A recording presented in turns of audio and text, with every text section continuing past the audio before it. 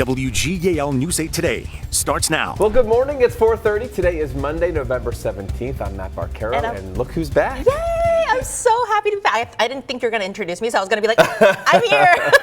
But yay, I'm Regina Ahn, and missed you guys so much. We missed you too. Congratulations on your wedding. Thank you so much. And it's weird still calling him my husband still. You know, I'm getting used to it, so I have to practice it. So husband. All right. You're so cute. Yeah. You're so glowing. We're so happy to have you back, though. Yes. We have some nice weather today. It's not going to be as windy as yesterday. It's still going to be blustery, though. Let me show you our Storm Team Live Radar Network, because we've been tracking some showers this morning of the rain and snow variety. So you might see a flurry or a couple of sprinkles, but nothing that would slow you down on your morning commute. All of this coming in with these brisk northwesterly winds. Look at the temperatures. We have temperatures well above freezing in the upper 30s, low 40s, but that wind, it sure does put a chill in the air, so it feels colder than the temperature reads. Right now, if you take a look at our wind chill temperatures, they are in the lower 30s. Here's the 12-hour forecast today. Sprinkle flurry passing through this morning, and then we see partly to mostly cloudy skies at times throughout the day. As we head toward evening, the sky will clear out and the wind will finally diminish. The rest of the week looks fairly quiet. We'll take a look at that forecast coming up. Okay, thanks, Christine. Breaking overnight, Hacks Faculty Union and the school have reached a tentative deal. The union now calling off a strike that was planned to start today. And the union says the two sides spent 20 hours negotiating last week to get to this deal. The educators have been pushing for a raise in their teaching contracts and had already been on strike once. This is the first deal that faculty have negotiated since forming a union more than 3 years ago. The union's chief negotiator called the agreement fair and respectful to the faculty while also meeting the needs of the students. We're also hearing from the college. It says it's grateful to have reached an agreement and what it calls fair and fiscally responsible. So now the union still has to present that agreement to its members for a final vote. And it says meetings are scheduled for today for union members to learn about the deal. And ahead in our next half-hour, News 8's Gabrielle Thomas will join us live with more about the process to getting this deal over the line, as well as the history of the negotiations between the two sides. In Dauphin County, Lower Swadera Township police are warning people about what they say is a dangerous TikTok challenge. Officers say multiple people reported cases of children trying to kick in doors.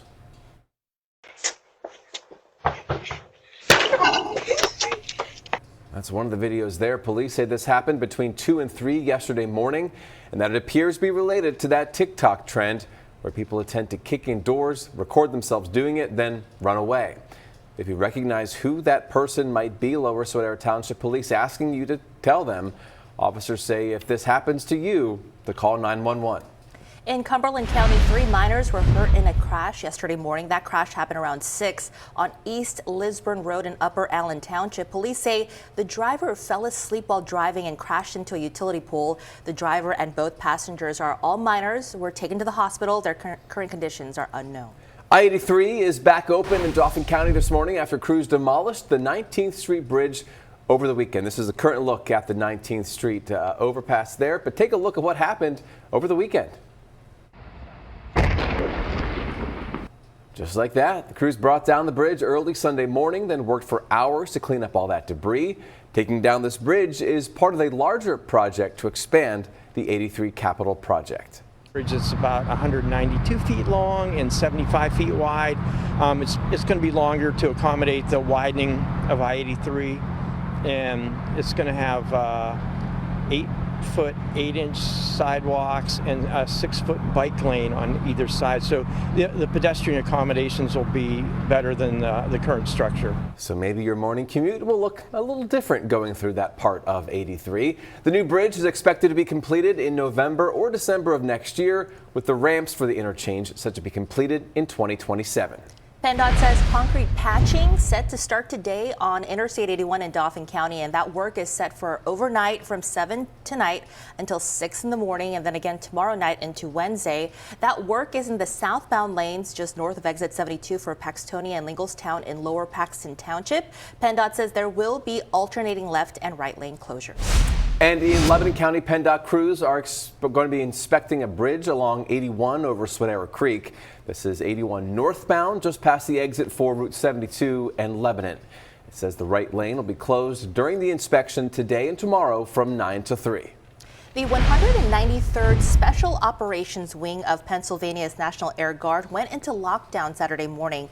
The wing says shots were heard near a parking lot near the aircraft flight line in Middletown, Dauphin County, and they say the shots sent the base into active shooter response measures. Security forces secured the base and gave the all clear, and Harrisburg International Airport officials suspect the shots may have come from goose hunters. Today, the Camp Hill State Prison is holding a training drill, practicing for an emergency at the prison. That means if you live in the area or near it, you might notice some more law enforcement and first responders there. But again, it is just a drill. It's set to start at 9 o'clock this morning.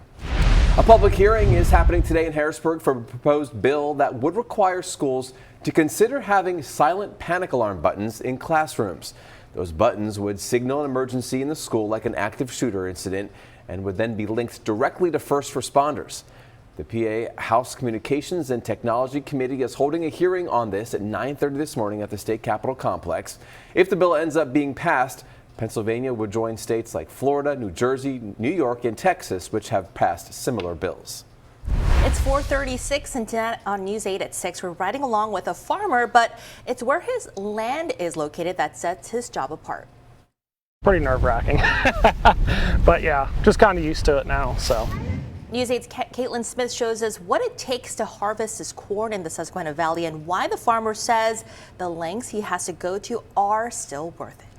Well, you may have gone to bed before the end of the game last night, but we'll show you what happened as the Eagles took down the Detroit Lions on Sunday Night Football. Another defensive battle for the Eagles. Jalen Hurts scored the team's only touchdown of the night with this tush-push in the second quarter. Kicker Jake Elliott hit 3 field goals despite it being a quite windy night in Philly. The Eagles now tied with the LA Rams for the best record in the NFC. And ahead this morning on the Today Show, George Solis joins the Detroit Lions radio network's statistician Mike Bratta. George sat down with Mike during last night's Lions-Eagles game to learn about his job and how he got the nickname Sticky Note Guy. And you can watch the Today Show right here on WGAL at 7 o'clock after News 8.